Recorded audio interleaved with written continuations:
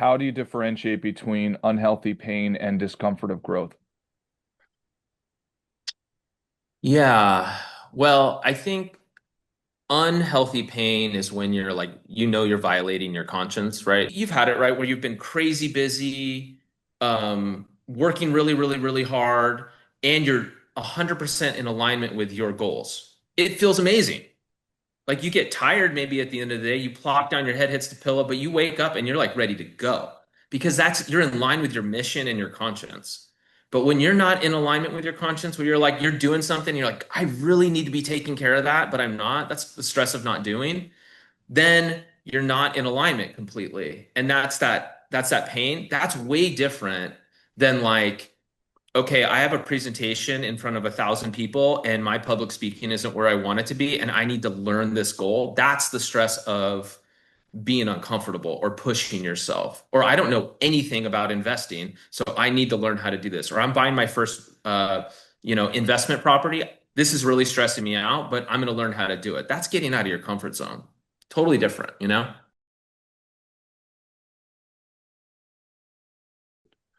All right, guys. We have Mr. Len Stone as a guest today. Len, thank you very much for taking the time. A quick intro that I would love to hear or hear your 2 minute commercial on you and your business. But Len Stone was recommended to me to talk to because of his outstanding performance in business in the real estate world. Len, let me throw the mic over to you if you don't mind introducing yourself to everybody. Yeah. Well, nice talking with you, Wes. Really appreciate it.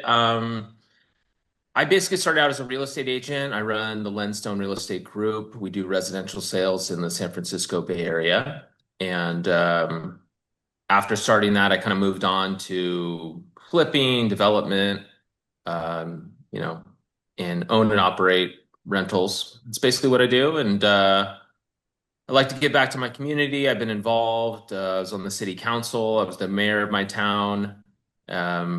But yeah, I have a 13 and a 15-year-old. Been married to my high school sweetheart for this is our 20th year. We're going to be celebrating our 20th anniversary in September. And yeah, that's me in a nutshell. Love it, man. I mean, as we talked in our pre-podcast conversation, I got a sense of holistic wealth. That's my perception. Like it seems like you've done a really good Yeah. job of building up wealth in multiple different domains and on your terms. Did I hit on that right vibe? And if so, can you go a little deeper into that?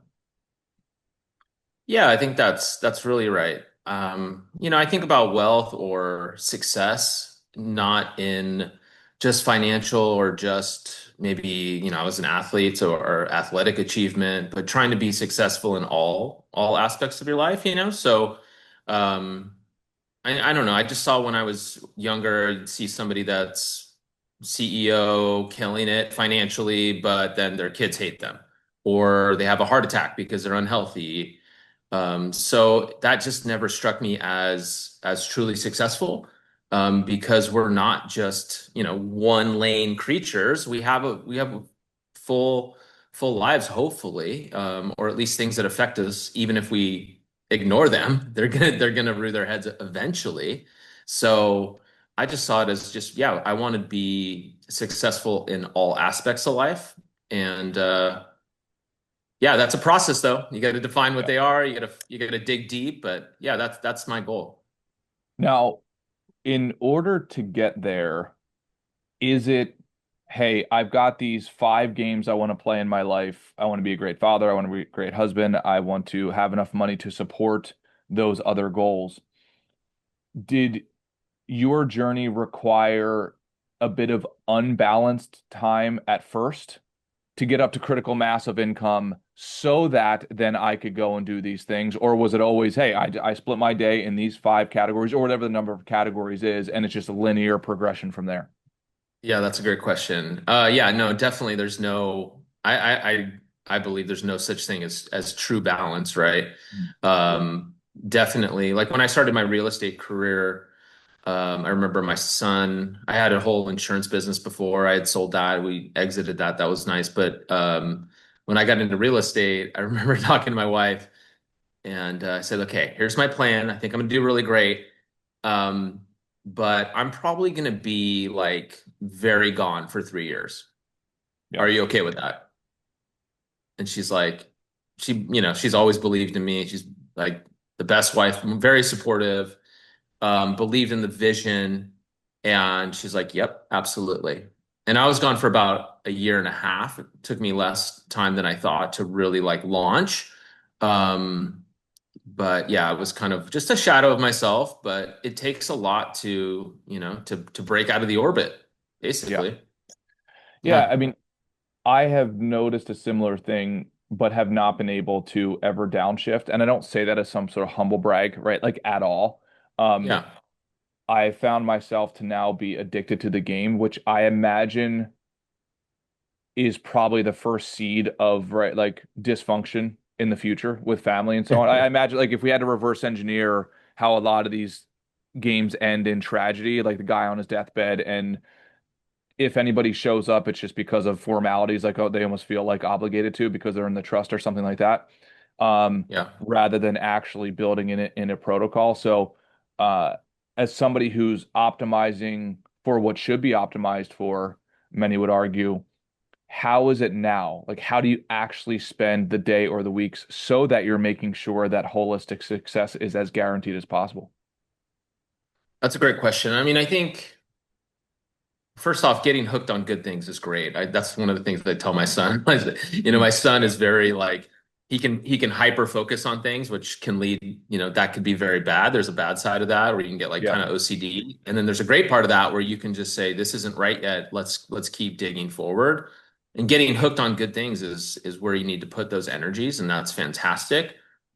So then it's just then are I look at it and I say, am I achieving all the things that I want to achieve? And like when first you have to blueprint your life, right? That's Mhm. totally going to change. So you're not going to, there's no way today or, as a young person, like 25-year-old, you're going to blueprint your life for 40 and it's going to be exactly the same. Like that's probably not likely, but that's okay. But you have to, you just work towards it and then tweak it as you go. But I think as, somebody like yourself who like seeks knowledge, like knowing that this is a thing where when you're going deep on something, you can ignore other things that will create, bigger problems. You just have to know, is that worth the trade-off for you, Like And then there's no wrong how, choices, there's only trade-offs, right? That's like I think that's one of those wonderful adages to live by.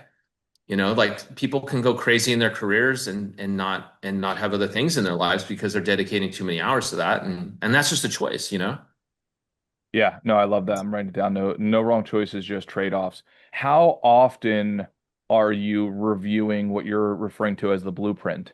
Because it's like, okay, hey, I set the business plan or I set the life plan. I set what you're calling as a blueprint, and then recalibration, I think, is something that a lot of people miss. Right? It's like, yeah, well, once you Yeah. set it, realize you're going to go a couple inches or a couple degrees off course, and that's okay. When do you have that recalibration? Is it baked in? Is it baked off of gut feel? Is it baked off of a calendar? What is it? That's a great question. I mean, I think for me, it's based on a feel. Mm. But with a lot of like knowing that and having it in the forefront of my mind that when I get off balance into something or when I'm spending a lot of time on one thing that is taking away from another thing. I think people go into this sometimes and they go, I can have it all. I think that's just a total lie. Like I can have it all is a total lie, right? So, there's only so many hours in a day.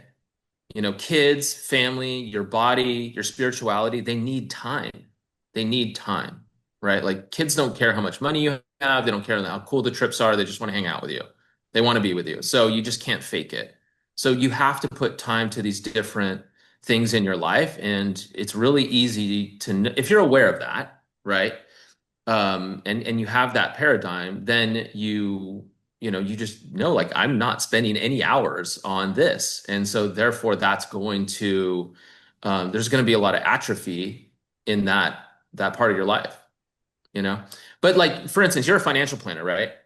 Hmm. So in financial planning, like when do you reassess and you know change out like your different investments, right? If you're trying to diversify, one does really well. When do you go back and retool those Like when do you do it? Like financially, when is that just an every year thing? You put it on like an egg timer, or is that more of like how they perform? Yeah, so I think it's probably going to be a combination of multiple variables. Yeah. But a very common one, right, is like some paradigm has shifted. There's a death, there's a divorce, there's a wedding, there's kids going to college, there's I just sold my business, there's I want to buy another business. So these big power like that are very obvious flashing green lights of like, okay, we have to make a change because something like at the like tectonic plate level has now shifted. And then of course you have like the daily, the weekly, the monthly, right? Like, okay, like our model's working, what's off balance, what's not. So I think it's a mixture of those variables, which I assume kind of overlaps with your blueprint model as well. And that's what I love about these principles, right? Like if something works in financial planning, Yep. it's likely to work in your life as well. And so yeah, like if basically your goals change, right? Like, okay, I want to be worth $100 million. And you're like, you know what? Holy cow, that's just not really where I want to be. But I do want to be, at 8 million. Like, that's okay. Like, and you can reassess the priorities as you go. Yeah, absolutely. I do think there's another kind of like warning sign for a need to readjust your time and energies, and that's usually pain. So pain to me is a big indicator. Whether that's pain in your body, like you're starting to get tension headaches or a rash, or your body's out of whack. So it could be physical, it can be like in your gut, it can be letting people down or letting somebody down. It can literally be your waistline, right? So um, it could be that the warmness isn't there with your wife or your girlfriend, right? Like or that you're feeling less connected to your friends, like all these different things. Yeah, that's the first time that I've heard it said that way because I grew up in Philadelphia and it was like, you know what you do with pain? You just numb it, right? Like That's right. either through like avoidance or alcohol or whatever, right? Like um Yeah. rather than using it as a signal, right? Like actually in Philadelphia it's like, oh yeah, that's a good signal. Like you're supposed to feel that way, right? Like now you're a Yeah. man, Yeah. thumbs up. Which is pretty Yeah. fascinating. So Well, okay, I mean, so we're kind of like we don't have that many receptacles to the world, right? Like one of them is these feelings that we have. It's like a meat thermometer or like any type of thing that measures anything. Like, it is one of the indicators that we do have. how do you differentiate between unhealthy pain and discomfort of growth? Yeah. Well, I think unhealthy pain is when you're like, you're violating your conscience, right? And so, Hmm. I mean, that is one of the things, like, it is I think, very fundamental to just to get to know yourself and like understand that the little voice in your head, like that is your conscience. And that if you like, if you try very hard to learn about that voice in your head and work with it and become like your actions and your thoughts and your heart and all of that are going in one direction, then you're going to have less of that pain. When you're violating your conscience, you're going to have more pain, and that's an indicator that you haven't found that you're going with the flow of your conscience. But the um, you know, I think that's the fundamental part. As you go on from there, you're going to incur, like, I don't know. Like, I think if you're not, you've had it, right, where you've been crazy busy, working really, really, really hard, and you're 100% in alignment with your goals. It feels amazing. Like you get tired maybe at the end of the day, you plop down, your head hits the pillow, but you wake up and you're like ready to go because you're in line with your mission and your conscience. But when you're not in alignment with your conscience, where you're like, you're doing something, you're like, I really need to be taking care of that, but I'm not. That's the stress of not doing, then you're not in alignment completely. And that's that pain. That's way different than like, okay, I have a presentation in front of 1,000 people and my public speaking isn't where I want it to be, and I need to learn this goal. That's the stress of being uncomfortable or pushing yourself. Or I don't know anything about investing, so I need to learn how to do this. Or I'm buying my first investment property. this is really stressing me out, but I'm going to learn how to do it. That's getting out of your comfort zone. Totally different, you know?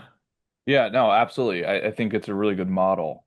Um, we talked a little bit on our conversation prior.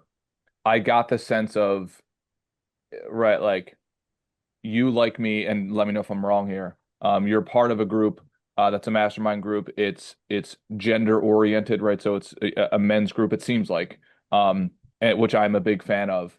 I'm also part of a men's group. In that vein, and I know in certain circles this is politically incorrect, but do you feel like there is almost a man's obligation to provide for his family? And if so, is the first or primary, like, I have to earn resources for my family. And therefore, my blueprint, first, I've got to carve out that or get that to critical mass. Then I can move on to the more holistic thing. Or am I thinking about that incorrectly?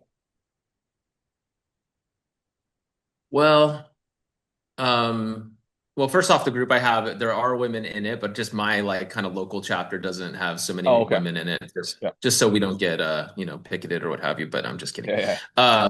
But let's see here. I think as a young as when I was a young person, like my early 20s, I really wanted to just there was people that I saw that I looked up to, and I wanted to kind of like be like them one day. And so I just knew as a young man I wasn't there yet in either my education, my, being refined, having skills, like whatever those things, all those different things, right? And so I knew I needed to better myself in order to then achieve those things. So that was one. Secondly, was like kind of putting your skills to work and growing something and then feeling like you're worthy. For me, it was like if I was going to commit to somebody, like, you know, tell my wife, like, look, I will knock this out for us. Like, I will provide for us. I'll be a great husband. I'll be a great father. Like, if I was going to make that promise, I just took that very, very, very seriously. So I wasn't going to fake my way through it. I just wanted to be the real thing, you know? Yeah, no, I mean, that makes sense. So you went into this phase, and I'm trying to read between the lines. You went into this phase of like, you know, hey, I've got to go away for a while, right? Like, and build this entity. Um, and I'll be back after. Like, I'll be available sporadically, but this has to take priority right now so that we can build the foundation and kind of go from there. And then we can somewhat put it on maintenance mode. If I've said that correctly, has maintenance mode been an actual mode? Because I have found it like I've never hit the maintenance mode part, but that's Yeah. probably because I keep on getting greedy. That's probably my assumption. Maybe. I mean, there is something to like, like balance. You stand on one foot and you put your arms out and close your eyes and you kind of feel that like, back and forth of balance. Like there is no like you're 100% like a steel pole straight. Like you are always kind of going this way and that way, push and pull constantly. So yeah, I mean, I don't think that there's balance, but you can get like your business to a certain stage where you're not in crazy growth mode anymore. And, for some people, they don't want that. And for some people, they haven't gotten to their level yet. Maybe you will get to a level where you feel like, okay, I want to switch my focus to something else. And it just depends on why. Like what metric is it? Is it a zeros metric where you're trying to get to a certain number? Is it an esteem? Is it trying to prove it to oneself? Like to me, that was the big thing for me. Like I wanted to prove it to myself that I could kick ass in something. And like but I had my own internal measure of that. I don't think I ever kind of put it on paper, like, here's what you would be if you, but I did design my life in my early 20s and I said, okay, here's the things at the end of the day, you did a good job, Len Stone, if here's what you accomplished. And those are I mean, I hit all of those things. I've exceeded my own expectations in that, it's just crazy to say out loud, but maybe I had too low of expectations, but at the same time, I have like a very content heart. I'm 44, like, and I feel very content. but not content like, oh, I'm just putting my feet up and I don't work. Content like I feel good in here. For those who are interested in that path, walk us through, if you don't mind, what does the typical day, week, month, year look like for you? Um, I probably work about 30 hours a week right now. I have a um awesome staff. But I do basically like I'm a real estate agent and I have clients, but I do have a lot of staff members that help with that. I split my time probably about 50-50 between being a real estate agent and then having development projects, flipping, that type of stuff. To me, those are a lot more fun, to be honest, because just like every project is like a challenge, a Rubik's Cube, and they always have different solutions.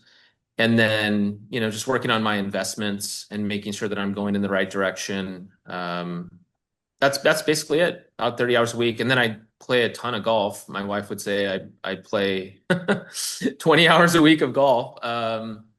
And if I'm not doing that, I'm practicing or working out, basically. Awesome. Yeah. What kind of workouts? Just trying to build muscle right now. I had a big knee injury last year, so I blew out my patella tendon, which was horrible. Um, but yeah, just so a lot of building muscle and just getting more fit. I mean, even this morning, I did a 2 hour walk with a weight vest, and I actually walked to one of my properties, met a contractor there, and then walked back. It was about an hour to get there, hour back, and then did phone calls on the way and did other things. So I was working, but also did a 2 hour, call it hike. Yeah, a more integrated lifestyle. I love it. Absolutely love it. Right. Yeah, I'll do very similar things.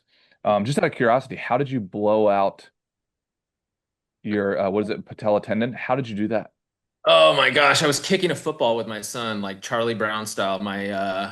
My plant leg blew out, and it wasn't a coordination issue. I played like very high level soccer until I was about 30 something, but my orthopedist, who's like the orthopedist for the San Francisco Giants, said he's like this thing was already totally messed Yeah, up. So yeah. years of wear and tear. It was Yeah. compromised. So Oh man. Yeah, that's brutal. I'm like it's dreading going brutal. back to basketball. Not dreading. I'm worried about going back to playing basketball for that reason, right? I don't know where there's like instabilities because I haven't played in a long time. And it's just like, I don't even want to speak it into existence, but I'm just worried about certain things happening. But I mean, So honestly though, it's one of those things that you should be worried about because like if it scares you into like doing more squats, wall sits, getting into the yeah. gym and getting stronger before, then that's a good thing. But Yeah, I just recently got the knees over toes guys program, like just to like yeah, make sure I'm bulletproofing these things. love Because it. it's yeah, it's a real concern. So you walked me through an exercise yesterday at a high level. I think you and I have done similar exercises, and this would be an example of those. Walk me through what the enough exercise is. Yeah, I mean that was introduced to me by a friend, and the enough exercise is basically making a budget of your ideal lifestyle and your ideal lifestyle without limitations, without holdbacks. Like so often you talk to people and you're like, okay, tell me your ideal lifestyle. Like, well, I'd love this, but you can't do that because no, this Yeah. is like a just, handbrake off, completely going for it lifestyle, everything that you'd possibly want. And sometimes people do this and they have their 6 cars and they have their, boat and they have their pool and they have their bigger house and like honestly, all of it. And so, yeah, you just put all of that down on paper and you look at the monthly budget, include your down payments and all that stuff. And what would this lifestyle actually cost? And I think you had the experience, and I had the experience, is that it's actually a lot less money than you thought. Yeah. Yeah, so for those of you listening, this exercise was so profound for me, and I didn't do it until relatively recently, a couple years ago, which I'm kind of ashamed to admit that I've been working in finance for 20 years and it took me that long to actually do this type of exercise. So basically what you do is now I do it in three separate columns in an Excel sheet. I do lump sum, monthly, and annual. Okay, and then I put, okay, what exactly do I want? What would be the perfect lifestyle? And like Len is saying, I agree with it completely. I call it the imagination phase. Have the guts to actually speak about what you want without thinking about the risks, without thinking about the obstacles, the limitations, et cetera, et cetera. And what you will very likely find is those numbers, they might be big, but they are dramatically lower than you probably thought. Like even for the guys, Len, that you're referring to, the guys or gals who write down, oh, I want three Bugattis, I want whatever it is, right? Like the very dramatic, extravagant illustrations of wealth. You probably think you need to be a billionaire to do that. There's basically nothing you need to be a billionaire for, right? Like it's hard Yeah. to even fathom what $1 billion in capital actually means, right? Like Yeah. to the point where you would struggle to spend $1 billion if I had a gun to your head, right? That's how much a billion is, right? Like so even for like what we consider to be like ultra wealth, like in terms of lifestyle, not in terms of number. I think that's where people get confused, right? Oh, I want to be Elon Musk. I need to be worth, many, many, many billions of dollars. No, you do not. I promise you. Unless you like the competition, the business competition game, that's different. But optimizing for lifestyle is a dramatically lower number, probably to the tune of like, I don't know. It's not uncommon to find it's like 1/1000th of what you probably think. And then if it's for that, well, now you can calibrate, right, your work effort and your schedule to be able to accomplish that. I mean, that's what I have found. So, Len, have you found something similar, like a similar result from doing that exercise? Yeah, absolutely. I mean, my number was only about 300,000. I mean, I didn't think that that was that much. I thought it was going to be like five, 600,000, but yeah, that's exactly it, and it's all the same stuff. I mean, maybe tune my cars up like 150,000, $200,000 each versus like, $80,000 cars. Like this is what you need to do in order to go from like three to six. Um, or, some crazy boat that's hundreds of thousands of dollars. Like that's it. Like it's just the toys are way more expensive. The trips are way more expensive. You're flying first class everywhere. You're flying, that type of thing, which is, that's totally cool. But you just have to know what's right for you.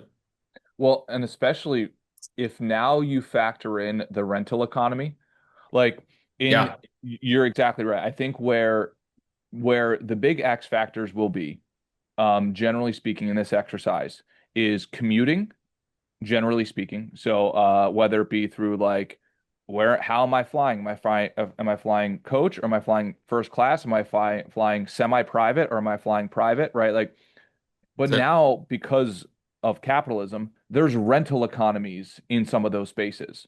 You can rent a portion of a private jet, right? For a Yeah. fraction of the price of what it costs to buy a private jet and maintain a private jet. um, Lamborghinis, Bugattis, all that stuff, right? You can now rent your toys, a boat, and honestly, even from a headache standpoint, makes way better sense to rent those things. I would actually even argue, right? Like I deal with a lot of like very, very wealthy individuals, and generally, I can see that there's a general trend now of not wanting to Mhm. buy the second and third vacation property because it now sort of obligates them to go to that space versus, hey, there's plenty of phenomenal spaces over the world. I'll just have my investment portfolio pay for like the places all over the world because I want to change it up every once in a while. I don't want to have to worry about maintaining the property over in whatever country anymore. I want the Right. flexibility. So I think the rental economy has really made a big push, even to like bringing a level of lifestyle now is way more achievable than it was in the past. Yeah, and I think, it's a push and pull because whenever I have conversations like this with people, I always think about young people, and I always want them to be motivated. I think the worst thing you can do is like take the motivation away from a young Yeah. person, but the reality is that, so there's a push and pull. But um, I've never wanted to have a vacation house because I've never found one place that I want to go back to, even 5 times a year. Like I'm just a lot more random in where I want to go. I like a lot of variety. We're going to do probably 15 trips this year, and they're all over the place. So there's only one place that my wife and I go back to, but we only go back there like maybe twice a year. So that's just not enough to have a house. But when you're young, you think, oh, it'd be badass if I had houses all over the place. I want a vacation house. I want this house. I want that house. And that's really cool. So aspire to that, go for it, but just like don't be bummed out like if that changes. and that's actually not for you, or like just drive. Like for me, like I was looking at what car to get next. I had a BMW M8, which I really loved. I loved that car. It was really nice. And then I was like, I want some, I'm tired of this car. I think I'm gonna get a Porsche. And then I was like, I drove it. It didn't really do it for me. It wasn't practical. I have kids. Like, driving in San Francisco, you don't want to park it. It just wasn't very practical. And then so I got to these point, and in my head, like I always wanted BMWs because the person I looked up to when I was young had BMWs, and he was a Yeah, yeah. badass in my mind, and that was cool. And but I just realized like cars don't really do it for me anymore. And that's okay. That's weird though, Wes. I tell you, like that's just like we were talking about, like when you are kind of like, am I losing my edge? Yeah, Like, yeah. no, it doesn't really do it. Like that thing doesn't really do it for me. And that's okay. So you just have to find out what does do it for you. That's part of it. Yeah, I And mean, be I okay think with that. That's weird.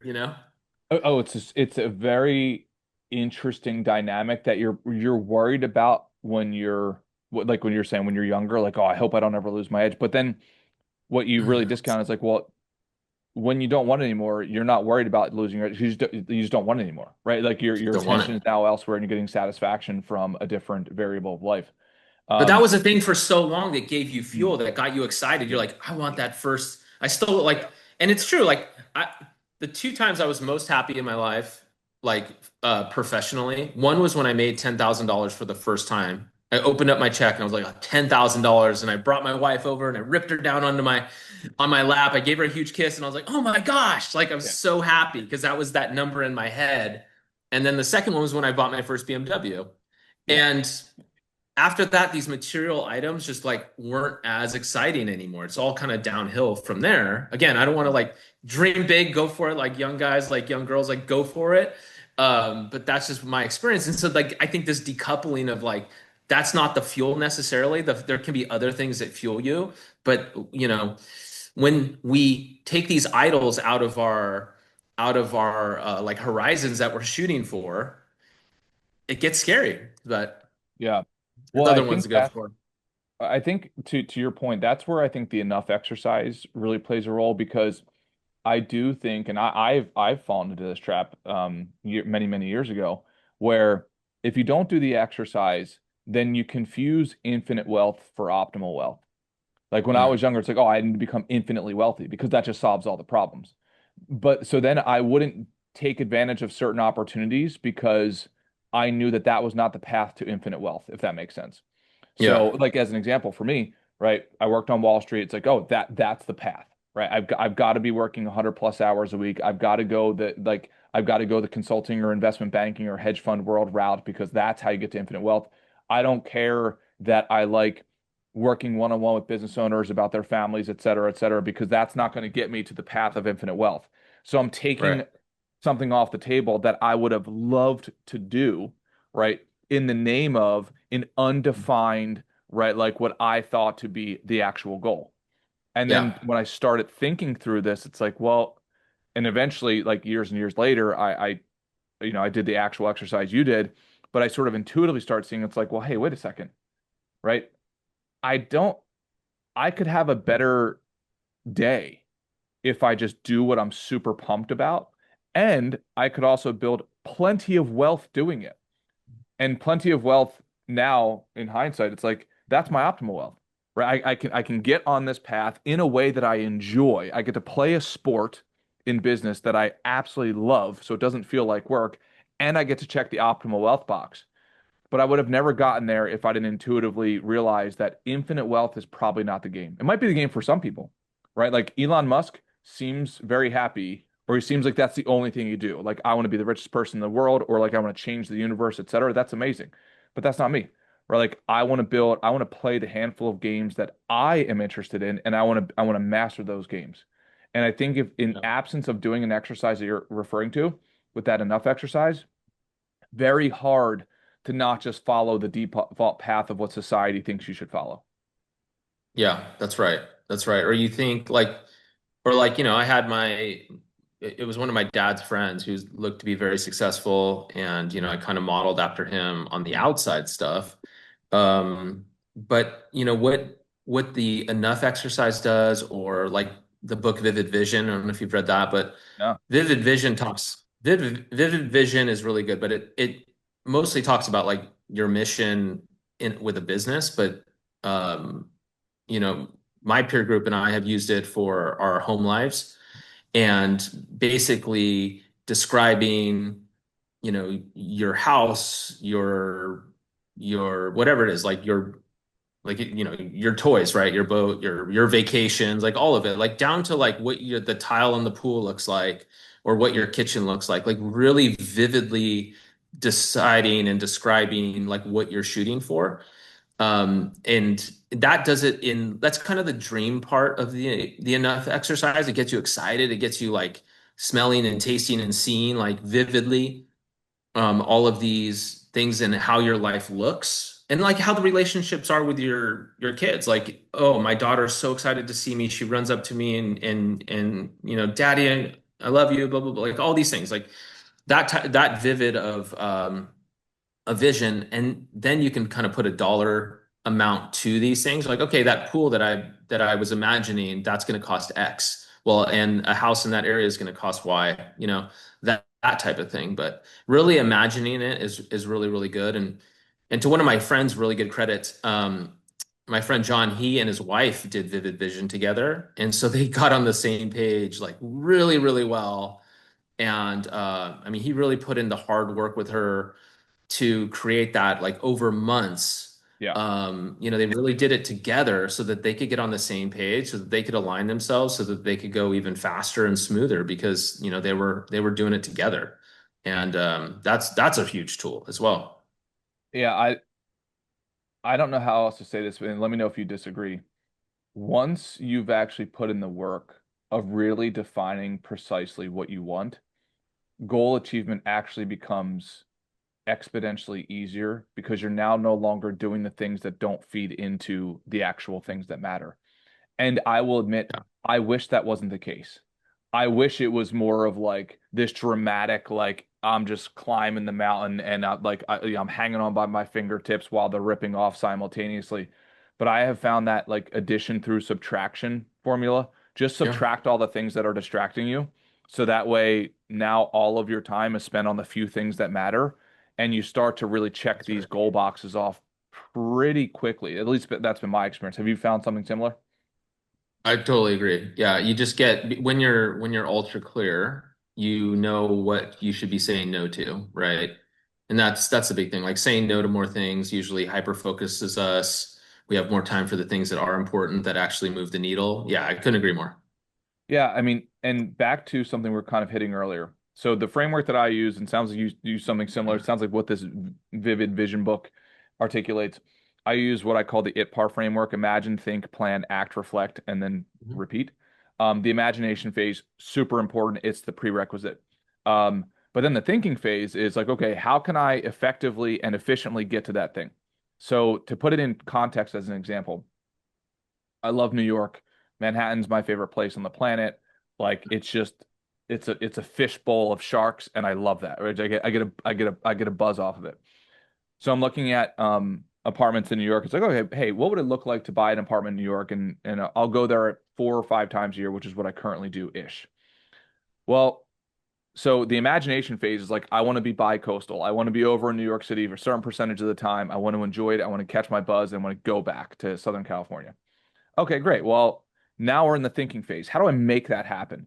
Well, the lifestyle that I want over there, it's about a $4 million minimum apartment, right? $4 million minimum, because if you're familiar with Manhattan, it's crazy expensive. If you want to be actually in like the nucleus. Okay, well, if you're with your real estate background, right? You're gonna have to put a certain amount of down payment on that, right? So let's just assume roughly, let's say $1 million down payment. That at least that would be my preference. And then for that level of apartment, you have extra fees, right? Like HOAs, etc. Right? I think when I looked into it, it was crazy. It was something It's like like 2,000 eight a to ten month. thousand dollars a month, right, for some of these places in Oh, extra fees. crazy. Oh yeah, it was insane, right? So it's like, okay, well, that's one path, right? It's going to take a certain amount of years to save up the down payment alone, and then the cash flow needed to like pay that extra stuff. And I'm only going to go there 5 times a year. That's one path. versus whenever I go there, I typically stay at this place called the Equinox Hotel. I absolutely love it. I highly recommend it. It's about anywhere between 1,100 to $2,000 a night, which uh, this is not some sort of weird flex. Like I know that's a lot of money. I'm not confused on that, but relative to buying an apartment, $1 million down payment, all those extra fees. I'm only going to go there 5 days or 5 times out of the year, right? And then I'm stuck with that relative. It's not even close. So the reason I'm Yeah. saying that out loud is for a lot of people who are on this path of progress and trying to knock down their goals, oftentimes there's a way more efficient way of getting to what you want if you can precisely define it. Yeah. That's right. Yeah. And so, I think that that's where your, our vision, our excitement, badass. I'm gonna be such a badass. I'm gonna have a house here. I'm gonna have a house there. I'm gonna fun in the sun and the cruiser bikes and great restaurants to the awesome life of New York, the buzz, all of it. I'm gonna do both. Like that's so sick. Let's go. And then like yeah, you get excited to get up in the morning and go. And then yeah, again, you get to it and you're like, okay, I can do this. I know I'm capable of doing this. It's going to take this, this, and this as we, now that like, I think you get into the phase where you're like competent, skilled, you know how to make money. You've proven that. And now it's like, okay, well, in order to achieve this tangible goal or like, um, it's more of like a thing that you're wanting to buy, right? It's just like, it's not really like it's not more of like an achievement with your business. It's just like something you want to purchase that your business is going to help you buy. You're like, wait, for 1 year of HOAs, I can stay at the Equinox 5 times a year. Basically, it's about 100 grand or so, right? Like that's Yep, basically yep, the number. yep. It'll save you the $1 million plus the mortgage payment at $3 million. So plus the headache of all of it. Yeah, it doesn't pencil as much as going there and go and like when you go there going in complete style, you're better off, Oh you man. know? I mean, plus So if we start to break it down, I think optimizing for autonomy is a conversation that should really be had. So it's like if you go the Equinox route in this particular case study, well, if you end up not liking the Equinox 3 years from now, you can just go to whatever the competitor is, right? That's now updated, the new hotel or whatever it is, versus locking yourself into things. I don't know about you, but I have found it like, what do you mean by that? oh, so as an example, I am an enormous stickler for optimizing for non-future obligation, optimizing for Okay. autonomy, right? If I go and buy, I recently was kind of sounds weird, but I was forced to buy a house, a rental property to help out a family member. I do not like that at all, right? It's a miserable process. I'm just not a big fan of managing real estate. It's just not my game. Not that it's not a great wealth builder. It's not my game.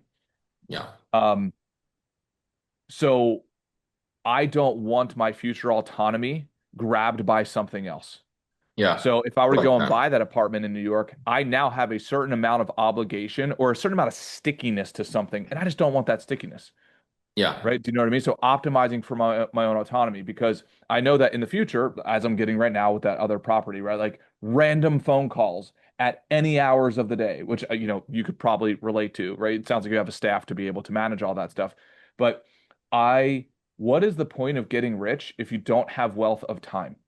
I just Yeah. don't understand that. I really don't. Now I realize it's going to be a trade-off to a certain degree, and I always want to play the game, but I want to play the game on my terms. I don't want to be held right as a prisoner to somebody else's terms, like That's right. ever. Yeah. Yeah, and you know that, even if it's not a person, it's a leaky toilet, it's a neighbor Yep. complaining, it's your insurance is canceling, like whatever. Yeah, you're buying the potential for something to, call you on the phone and say, "Hey, you have to do this now." Like, yeah, absolutely. How I get that way when I'm designing a house, either for my own house or for something else. A contractor or an architect will present a solution and they'll say, "Look, isn't this great?" And I said, "Yeah, but in like 18 months to 3 years, like this is going to happen and Yep. it's going to, completely erode." And they're like, "Eh." And that's exactly the feeling that I have. It's like, why am I signing myself up for a future problem? Absolutely not. No. Yeah. You know? Completely agree. I think Yeah. there's an element to speak of like ceiling versus floor.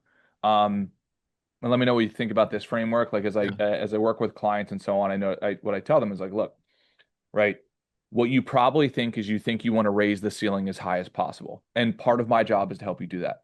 But also, the dirty little secret is my job is also to help you raise the floor simultaneously. Let's have a stair stepping function where you don't want to go below. So as we get through and have these conversations, if you tell me you want a certain level of floor, and usually it's like business owners, and it's like once we reach critical mass of like, hey, you're now bulletproof according to your own standards, right? But you're about to go and invest in a venture capital situation that is going to, and it's requiring you to take your time. I'm warning you that now you're deteriorating the floor that you said you wanted, and it's now going to take more time away Mm, from your kids, et cetera. Do you know what I mean? So it's like having a certain yeah. level of floor increasing with the ceiling. And I think the That's right. relationship of those two is very, very important. Yeah. No, that's interesting. I've never heard it explained that way. I like that a lot. Yeah, because Awesome. otherwise, especially as men, like I've noticed this with men less so Hmm. than women, especially men business owners, because what got them to be in the conversation of like, hey, how do I get our wealth from here, like, which is great, to like even better, right? They think it's the same playbook and it's not. Right? Like, Yeah. oh, I gotta triple down on this. I gotta take these maximum risks. I gotta do all these things. Like, I gotta tell my wife I'm not gonna be around for. I told her 3 years ago, but now I gotta do another 5 years. Right? It's like because we didn't do that floor ceiling exercise, or they haven't done it specifically. Yeah. But speaking in the vein of business, I'm on a constant hunt of finding um, asymmetries and prerequisites. So where, like, if if you were coaching yourself on rebuilding your real estate business, what would you say are the prerequisites, right? And then what are the asymmetries inside of the business, like the levers? So, hey, if you want to get into the real estate business, you want to build a proper business, well, first prerequisite is like you got to get licensed or whatever those are, right? But then Yeah. once you've done the prerequisites, because nothing else is possible unless you do those, okay, don't spend your time on these 95% of things. Spend them on these five levers because that's going to give you the disproportional results. So, what are the prerequisites? What are the levers in building that business? Oof. I mean, real estate's an interesting one because you kind of have to be good at a lot of things. You need Yeah. like five or six or seven things that you're good at, you know? I have a lot of friends that are, I'm in the San Francisco Bay Area, so a lot of tech friends out here, and like they can be really good at just figuring out a certain problem and like have zero social skills or be bad at like 100 different other things, you Yeah. know? But they're really good at something. Real estate is not like that. You have to be kind of it's not a jack of all trades either. You have to be like really good at like six or seven things. So like I would say in general, like you need to do like work on yourself and self-development and learn like a lot of stuff that you're not going to learn in college, like without Yeah. question, right? So um definitely like self-management, like you know, people call it say time management, but it's really just self-management. So being able to do the things that you don't want to do because you know that they're the things that are going to move the needle. I think is huge. If you're going to build a team, then you have to understand people. I would definitely like read up on people. I'm really big into personality tests and knowing, you know, personality tests are a great way to like, I think get to. It's kind of like a year or 2 years of knowing somebody casually. Um, you know, like maybe you see him at a barbecue or whatever. You can really, really, really skip the line on getting to know somebody. So I would go deep on those and understanding those. Um, do it on yourself also. So realize like what you're bad at and what you're good at, and then the personalities that you're going to work best with. Um, you know, if you have any holes in your skill set, right? Like if you really need to be good at doing spreadsheets and accounting and you're just horrible at that, but you have to before you hire your first or second person, then you just need to bite the bullet and take some classes and get really good at that, you know? Um, Also, like if you're not good at something that this job really requires, like in real estate, you have to be able to take rejection. You have to be relentless in pursuing leads. You have to be able to put yourself out there. Um, and like you just have to not stop until you can get enough deals to survive. And if you're not, that's where I see people, they're just not willing to put up with rejection or work that hard to like I said earlier, like kind of like launch out of the atmosphere. They run out of their own money before they're willing to do that. And yeah, so like those are the fundamental kind of prerequisites that I wouldn't even begin without. Um, but and would you say then the second one, like Yeah. the Then how about asymmetries? the asymmetries? Like even baked into real estate, natural Yeah, asymmetries. If I sell a higher priced home, right, that will make me more commission, assuming somebody's going to be a realtor, right? yeah. So there's already natural levers in there. But like what levers would you say will be important to I'm focusing on the 5% of things that matter disproportionately? I mean, really, just you spend all of your time just going out there and trying to get listings. That's it. Like, I would not do anything until you have like five or six listings. But most people will go and they'll like, I remember when I first started, the lady said in our office, she said, "Oh, okay, learn how to put a disclosure packet together and learn how to do all this paperwork." And I'm like, I am never, ever, ever going to do that, ever. Yep. So I just hired the transaction person to do that. And that was a good thing. Like, I believe I love talking to people in other industries because like there are just norms that people have in other industries that will translate that sometimes aren't being used in this other industry. So like I came from the insurance world. Well, there was the insurance kind of salesperson, and then they would give the paperwork to somebody else. Like they don't do the paperwork. But in real estate, I don't know, for some reason, the real estate agent does the paperwork. And so I was like, I'm not doing the paperwork. And I just like something so stupid and silly that wasn't an industry norm saved me a ton of time and helped me get, more and more business. So you just have to go out there and get those five, six, seven listings before. I wouldn't do a website. I wouldn't work on your logo. Like just these are the things that people will do for months and months and months to tweak. And it's just fluff. It's not really the Man, job. I can't tell you how many times I've discovered that pattern. It's also true in my industry as well, where you are so convinced that it's no, I have to reorganize the staples in the stapler before I go and do this. Yeah. I like and the tests don't help, right? Like, I'm assuming like in real estate, you got to get licensed and so on. The whole world that you're being funneled into implies a whole bunch of academic or operational tasks that you have to do. That if you look at the successful people, they're not doing almost any of them, or it's not the most important thing. Is it Yeah. fair to say, Len, that it's sales? Right? Like bring Yeah. business in the door. Don't do anything else. To your point, who gives a shit about a business card? Who gives a shit about a website? Right? Like put your name and number on a post-it, give it to them, or say, hey, here's my number, right? Via your phones. No website, no nothing. All of that is a distraction. It is not going to do a damn thing for you in terms of getting business in the door. Is that a fair statement? Oh, that's 100% it. But two things. One is the people that are scared of the rejection, scared of putting themselves out there, will create busy work. And then other people that see successful people, they see their great hair, they see their headshot, they see their fancy website, and they think that that's the prerequisite for how that person got there, and it's just not. So, Yeah. yeah, Man, I mean, I don't know. And the sneakier version of this is when you do become successful in business, you'll go and you'll start to, okay, how can I build a larger marketing platform? So then you start to talk to marketing companies. And I have found this to be super interesting. Every single, like, with the exception of a few, right? We now use a few.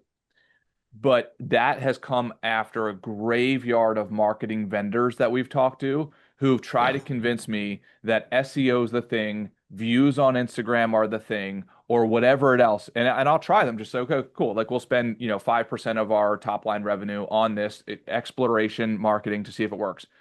Almost every time it yields literally zero business, like That's right. zero. But that Yeah. marketer that I was talking to was so convinced to like, no, this is the thing. I promise you, like SEO, that's the thing. It's like I could see that being the thing if I'm like, JP Morgan or something like that. But that's not us. So doing the right thing at the right stage of business is so important. And like if I had one message to give to small business owners is like business sales up until about $10 million in revenue, like some sort of critical mass where it has to be Yeah. start billion. Business is sales. That is the bulk of the pie, and it's up to you as the leader to actually bring in the business.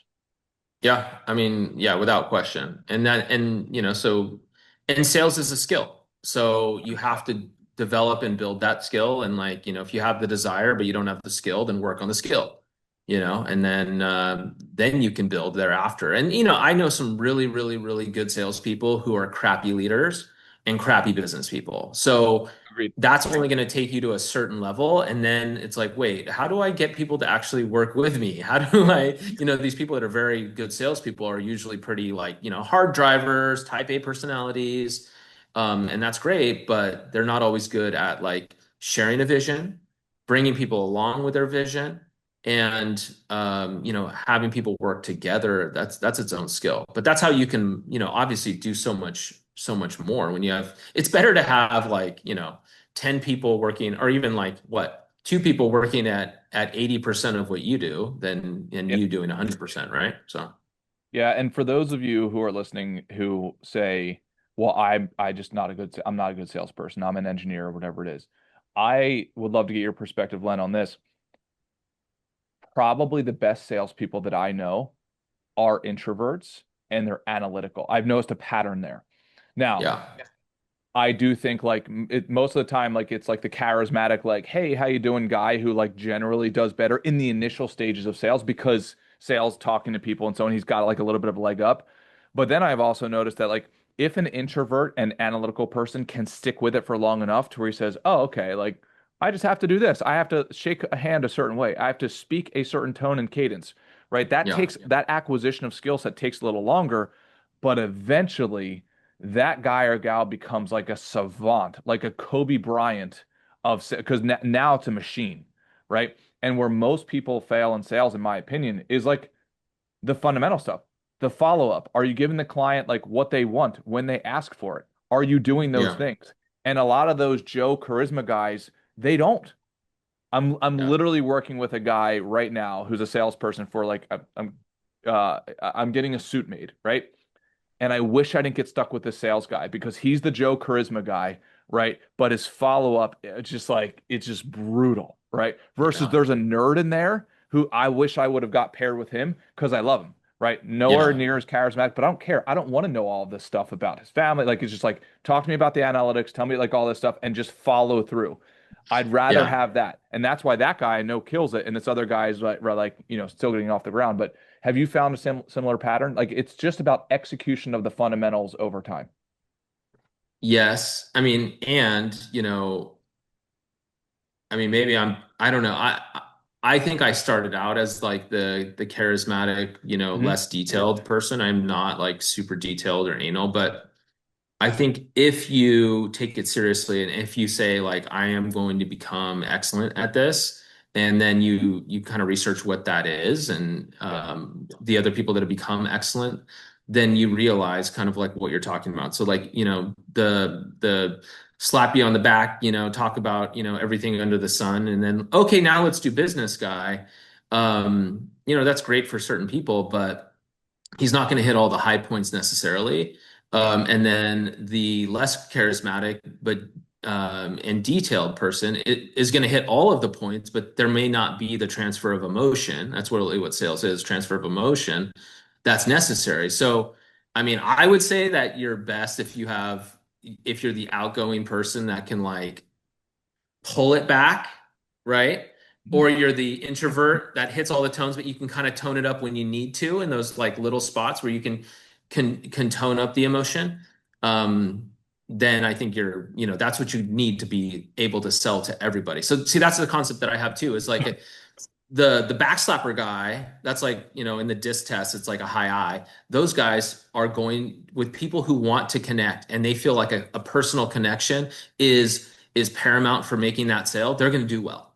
But for the introverted person that wants data, they want to make their own decision after they've gotten the data, that's going to be a turnoff for them, right? So if you're really a kick-ass salesperson, top salesperson, part of what I do when I talk to somebody is I'm going to try to personality profile them right away.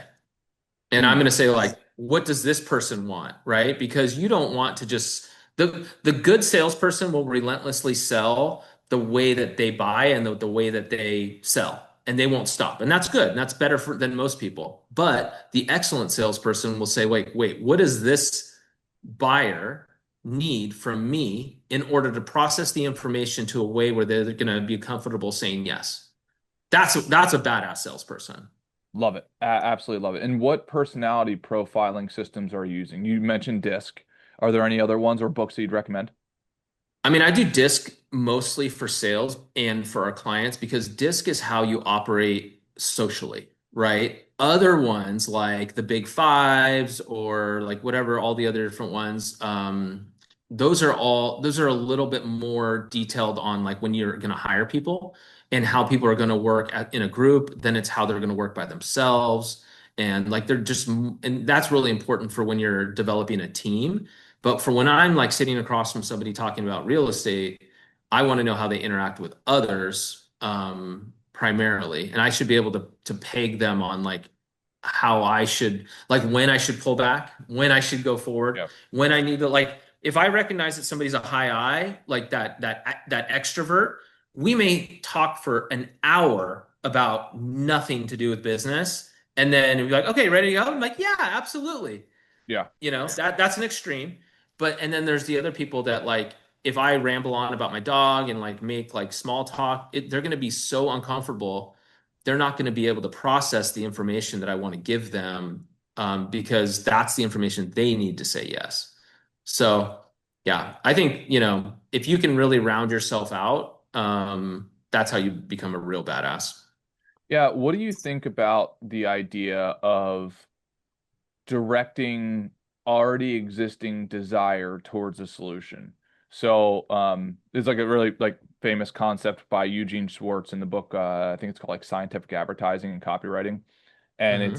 it's hey, right, like if you can be the person who guides that already existing energy, right, desire to the solution, then you're good. But creating the desire, at least I think in his opinion, is often an illusion. So as an Yeah, example, right, like in real estate, how many times you're really going to convince somebody to buy a home who hasn't already decided, had the desire to like, I want to live over there, and that now I just need to redirect that desire towards the zero. Yeah, yeah, zero. yeah, Yeah, and I always tell people, and it actually I think it's made me a lot better because I just I'm way more mellow about the whole situation. I just tell them like, look, I'm a matchmaker. Let's understand you.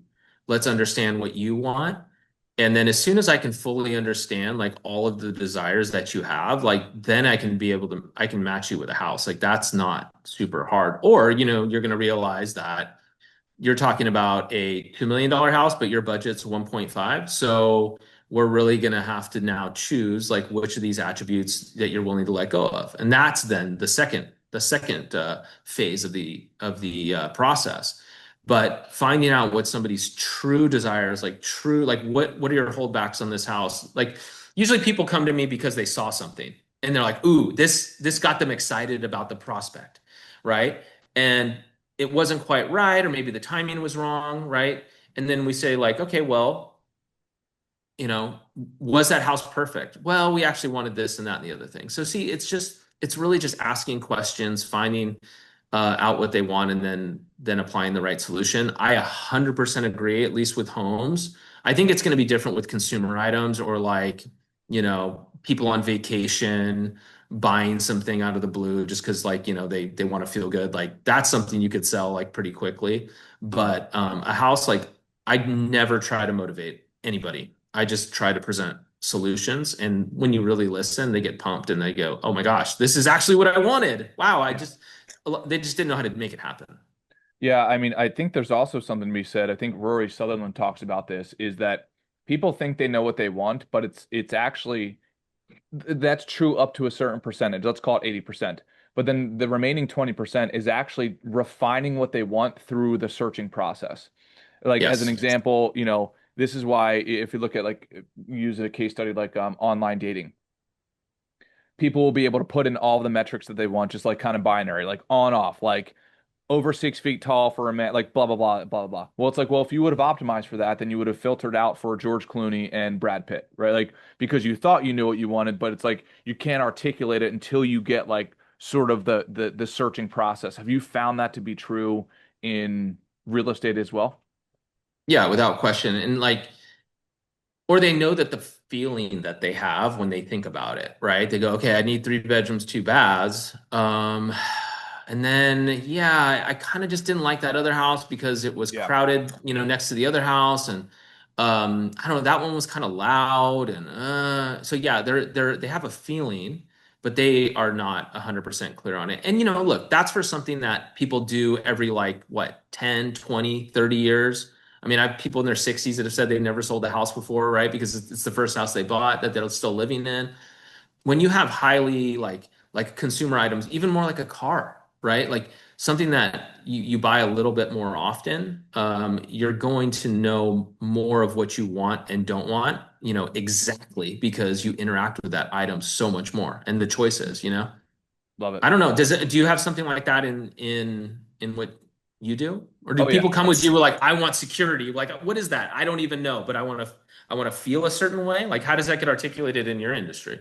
Yeah, I think recalibrating definitions and desires and ways of getting to those desires is basically the first thing that we do, Yeah. right? Like as an example, I want all of the millions and I want to take no risk, right? It's like, huh, okay, well, let's define it. How do we define risk? Like, what does that actually mean, right? Right. And the thing that I have to deal with in my industry oftentimes is like, you know, probably what a lot of doctors have to deal with. Hey, I've done this research on this thing, and this thing for on my shoulder is for sure it's a torn rotator cuff. Like, hey, doc, just confirm this. And the doctor's like, no, right, it's not, right? So you have to like, and you have to do that in a way that doesn't turn the person off and makes them feel like that they're not intelligent Right. because they just spent like 10 hours on YouTube University and like they've gone down the wrong path. So like recalibrating them gently back to, okay, hey, let me teach you these things, which is why our prerequisite is people have to come to a 6 hour course literally before they work with us because it takes Yeah. time to like unwind all of those preconceived notions. Yeah. Interesting. Then we go from there. Now we're at a clean slate. Okay, let's explore what this path looks like, right? Let's explore what this path looks like. Okay, great. Now let's pick the path that's best. And you've probably experienced this in your world as well, right?